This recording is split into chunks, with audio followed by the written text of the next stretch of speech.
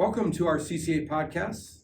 I'm your host, Pastor Rossiter, and we are joined by Becky Stewart, but everyone calls her Miss Becky, and so that's how I'll refer to her. So thank you for joining me, Miss Becky. You're welcome. So I'm going to ask you a couple questions, and then we're going to get into one of your favorite topics, Operation Christmas. Okay. So just getting to know you a little bit, just for our CCA family. How many kids do you have? I have 3 children. Me and my husband Tommy have 3 children, but I have gathered 2 more with 2 of my children getting married. So I now have 5 children. So probably more of your topic now is grandbabies. Tell us about grandbabies. I have 3 amazing grandsons. Cooper is 9, and Crosby just turned 6, and Brady will be 1 year old tomorrow. So yes, I'm sure they lighten up your day every time you see my them. children and my grandchildren are just such blessings from the Lord. So yes. So So I don't know if you remember this. The first time I unofficially met you, and I really didn't meet you because I was coaching at another school. Creekside is coming to the tournament. My team was number 1 seed. We meet at 9 o'clock on a Saturday morning, and you guys came in and just, sadly for us, knocked the number 1 seed out. Do you remember that? I do remember that because we were the last seed. The day before we lost. I wasn't going to say that. Yes, I know. The day before Creekside, that's when my daughter Nina played, and we lost every single game. And I don't know what happened that night when they went home and went to bed, but they came back the next day and we beat his team. It was amazing. And I remind him of him quite often. I said, "You remember that game?" He goes, "Yes." So yes, but it was amazing. It was a quiet bus ride for us. Yes, I'm sure it was. It was a crazy one for us. So, it was fun. I enjoyed it. So, So when I think Creekside, and a lot of people would say this, they think Miss Becky, because you do a lot of things that nobody sees, but you do a lot of things in front. So how long have you been at Creekside? My son started here, I think, 31 years ago. He started in kindergarten. I was just a volunteer, but my intention was to have him here for kindergarten, and I fell in love. Yeah. And so we stayed, and the year before we moved to McDonough, they were looking for a part-time development assistant, and so I took on that role. And so I've been working here now as an employee for 18 years. So since I have been here, concessions, putting on all of the staff events, sewing for drama. You even have sewed for my volleyball team before. So what are some other things that you have done just over the years that you've been here? Oh, goodness.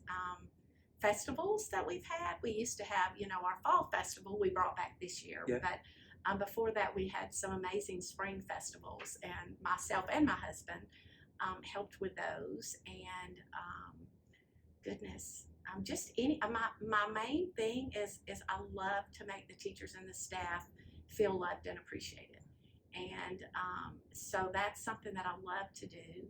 And just kind of anywhere anybody needs help. I've helped Jill and Carrie with apparel, class parties, just anything that there seems to be a need for, I would love to do. We were in a Christmas parade one year. We have done the Geranium Festival before, and just things like that. So anything like that, that's an outreach. One of the things I love to do is I do Bible study with some of the high school girls, and we've gone to nursing homes, done Meals on Wheels, things like that. Anything to just, I love to serve. So anything I can do to do that. And this, of course, is the big thing. That is why you could easily say Miss Becky is what Creekside is all about, just because what she said about wanting to serve. And one of the most important things that I think that you do, and this is also a plug for anyone that's involved at Creekside, is Moms in Prayer. Yes. Every Thursday. Can you tell us about that? Because it's something that blesses my heart. Well, I got involved with Moms in Prayer at our school on Reynolds Road. And when the mom, because our school used to just go to 8th grade, so when the mom that was in charge, when her children had graduated from 8th grade, we needed somebody to take over, and I just thought, okay, let's see what happens. Never my intention that I would still to this day be still a part of it. My children are grown and all that, but it's like it is the most amazing group of women who love this school like you would not believe. And they are so precious when they come in there, and they truly have a heart to pray for this school. And some days the room is full, and some days there's 2 of us. But we know that when we come to the Lord in prayer for this school, that our prayers are going to be answered. And they have been. Just time and time and time again, we have seen God answer our prayers. And so we know He's faithful. And it is a sweet, sweet friendship to all those precious ladies. So that is definitely one of my most favorite things here at the school, is getting to pray with our moms. Powerful weapon. So obviously Operation Christmas is one of your joys. So Yes. Before we talk about Operation Christmas, I'm going to ask you just some Christmas trivia things and goodness. just your heart. So, angel or star on a tree? My tree has an angel on it, but I love stars too. But I do have an angel So you on choose my angel. tree. Yeah. Gotcha. So do you do a theme for your tree at home, or is it just like a hot mess and you just throw ornaments up there? It's a hot mess, but I don't throw ornaments on it. It's like each ornament, like all my children, when they were from baby all the way up, each year, still to this day, they get an ornament that had something to do with something they did this year. So, so it's like, it might be a family vacation and they all get the same kind, or it might be something that highlighted their year this year. And so most of those stay on my tree. And so the tree just gets crowded and crowded and crowded. Thank goodness I have a great big fat tree. So, but it's just like, I guess my tree is kind of a memory tree. And then of course I have another tree that's Operation Christmas Child. So I was going to ask that. Yeah. So you have multiple trees? Yes, I have several trees. Yeah. I wish I had more. So I was a But, one tree kind of person. My Yeah. wife finally broke me down. Yeah. And we have trees in every bedroom. Yeah, got one we in have the dining smaller room. trees in Yeah. the bedrooms and things like that. So, but yeah, it's just always January. It's like you take everything down and your house is so dull, and you're like, no, I think I'll leave it up year round. So you make a lot of desserts. Every Yes. event that I have, you're always Yeah. making desserts, bringing the brownies. So it's Christmas time. What is your favorite dessert to make?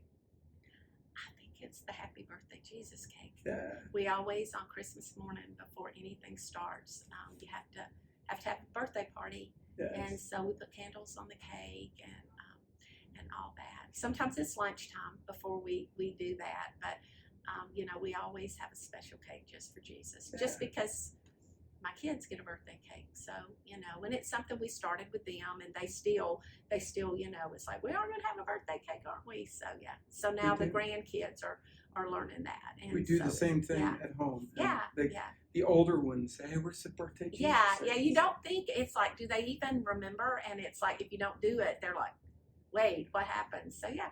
So with sprinkles and all that kind of stuff on it. So nice festive one. So Operation Christmas.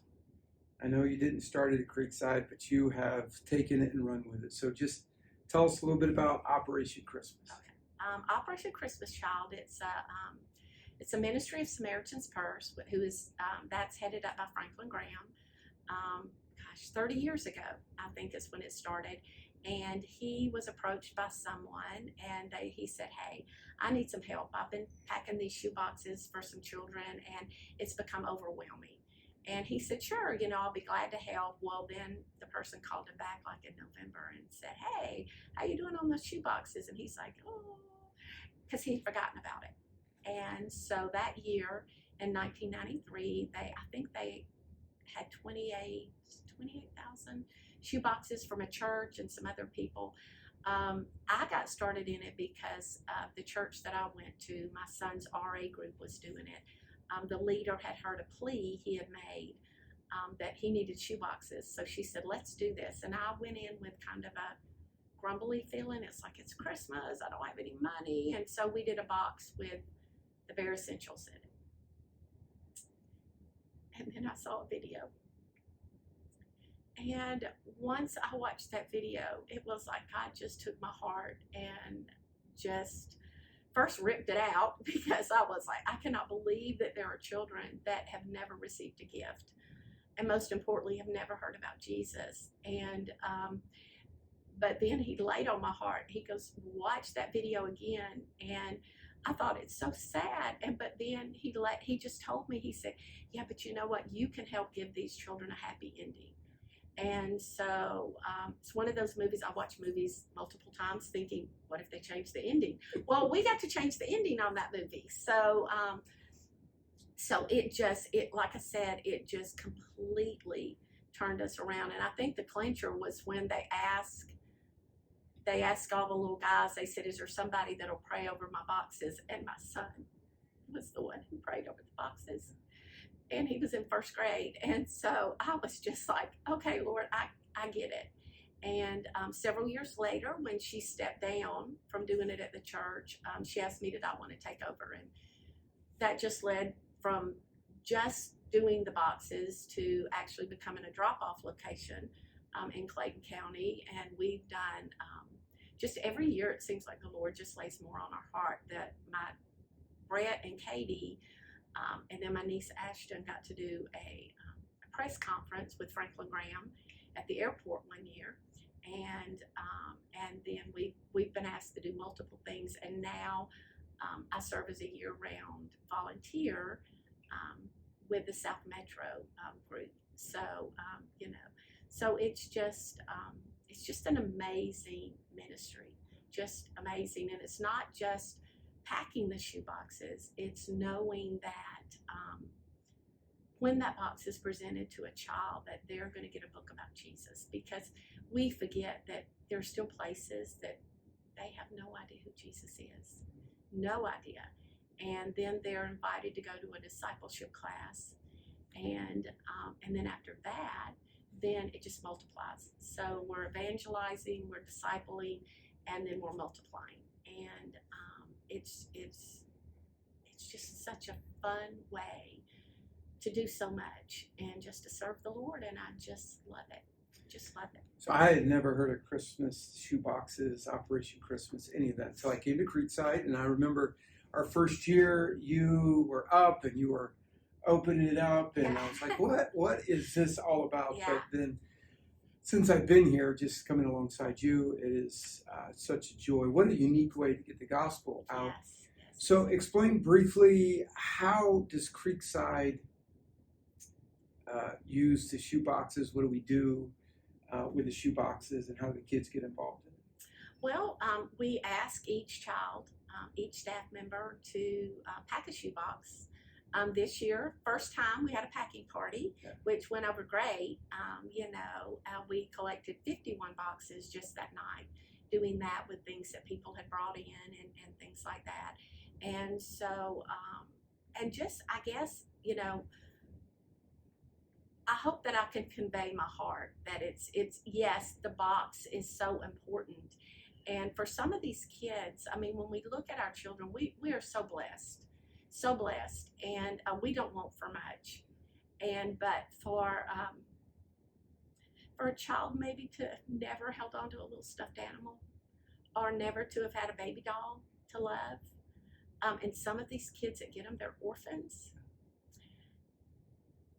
Or maybe they've never had a toothbrush, it just things like that. I think the little bitty things that we can put in this box that's going to make them smile. I mean, if you've ever watched one of the videos, it's absolutely amazing how excited they get over, these 50-cent sunglasses you sent them, or a baby doll that you got at the dollar store, or just for some of them, it's just, I've got a pencil and a notebook that I can go to school now. That just, and I'm like, that we are so blessed that the school allows us to do this, just makes my heart so happy. and and just to see the kids. And as I was telling y'all earlier, two of the kids that used to go to school here have called this year and said, hey, when can I bring a shoebox by? That's awesome. And I'm just like, oh, my heart, and to see that is just amazing. So our ninth graders are going to be going here pretty soon. What do Yes. our ninth graders do each year with Operation Christmas? They get to go, and they are the last hands to touch the box before they go overseas. Because all of our boxes from Operation Christmas Child, they go overseas.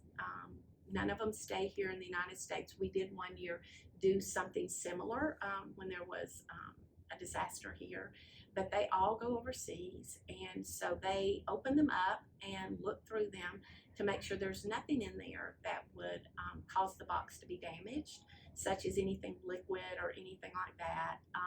Also anything that might be war related, or like anything that might cause harm to a child. They would take out of them, and there's items they can put in there to fill it back up, because we don't want a shoebox to go that's not full. And so then they tape it up and they pack it in a box, and then it's on its way. It's awesome. And they always talk about it. Ninth grade, Yeah. okay, can we go again? Yeah. And they really do. So this year, how many shoeboxes did Creekside do? We collected over 500 shoeboxes. That's awesome. Yeah. And the kids, elementary kids especially, Yes. they don't want to miss that day where they get to put it on the bus. Oh, yeah, And yeah. it is such Yeah, a joy. yeah. So